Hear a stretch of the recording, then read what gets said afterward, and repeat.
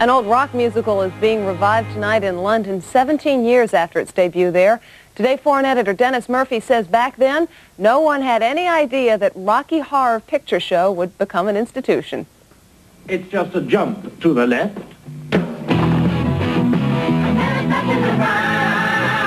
With your hands on your hips. Who would have guessed a little formula show would be such a hit? Boy meets girl, boy loses girl to alien in a corset and fishnet stockings.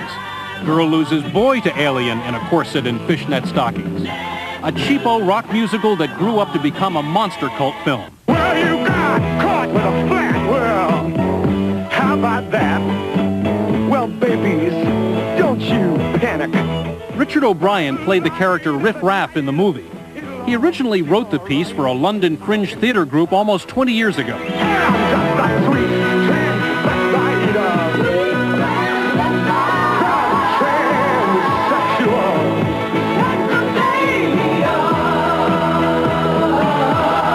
We didn't intend to shock. We just wanted to put on a nice rock and roll show with a bit of naughtiness and a bit of rock and roll. It wasn't intended to shock.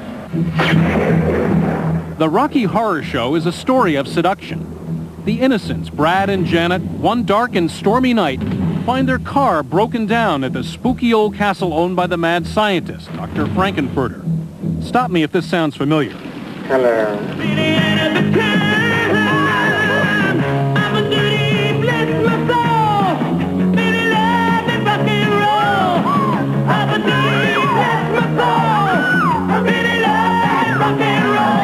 The seduction is what happened to the audience.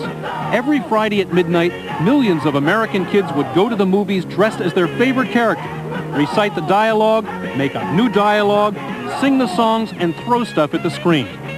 It was sex, drag, and rock and roll, and who can explain its success? I think it's honest. I think it doesn't preach. It's simplistic. It's enjoyable. The Babes in the Wood, the old dark house, myths that every human on the planet actually understands from fairy tales from their childhood.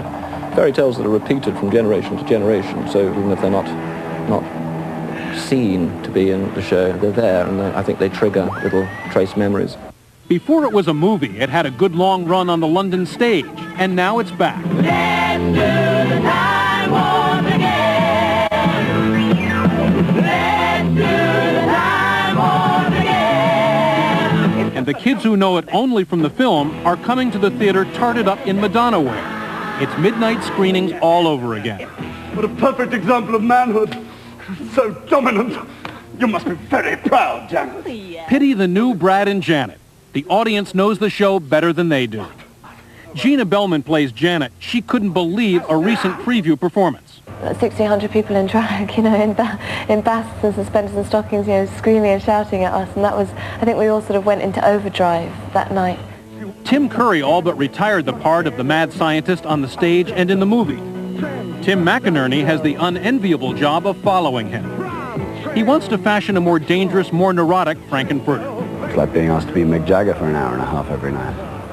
Maybe not quite as camp as Mick Jagger, but we have been getting a lot of the die-hard Rocky fans in. So, I mean, when 2/3 of your audience are wearing less than you are, it makes it a lot easier. But why bring back Rocky Horror at all? Isn't there a run in the fishnet and a wheeze in the gags after all these years? It doesn't seem that it should have ever gone away. There's an audience for Rocky, and it seemed to me that we needed a place to have a home for Rocky. One thing Rocky has been horribly good at is making money. And the producers want to take this show on the road to Eastern Europe, to Poland and the Soviet Union. And if the audiences there show up in their best garters, it could be another long run. For Today, Dennis Murphy, NBC News, London. Can't you see it in Poland? In just a moment, John Goodman, who shares the screen with a lot of creepy crawlies in his new movie.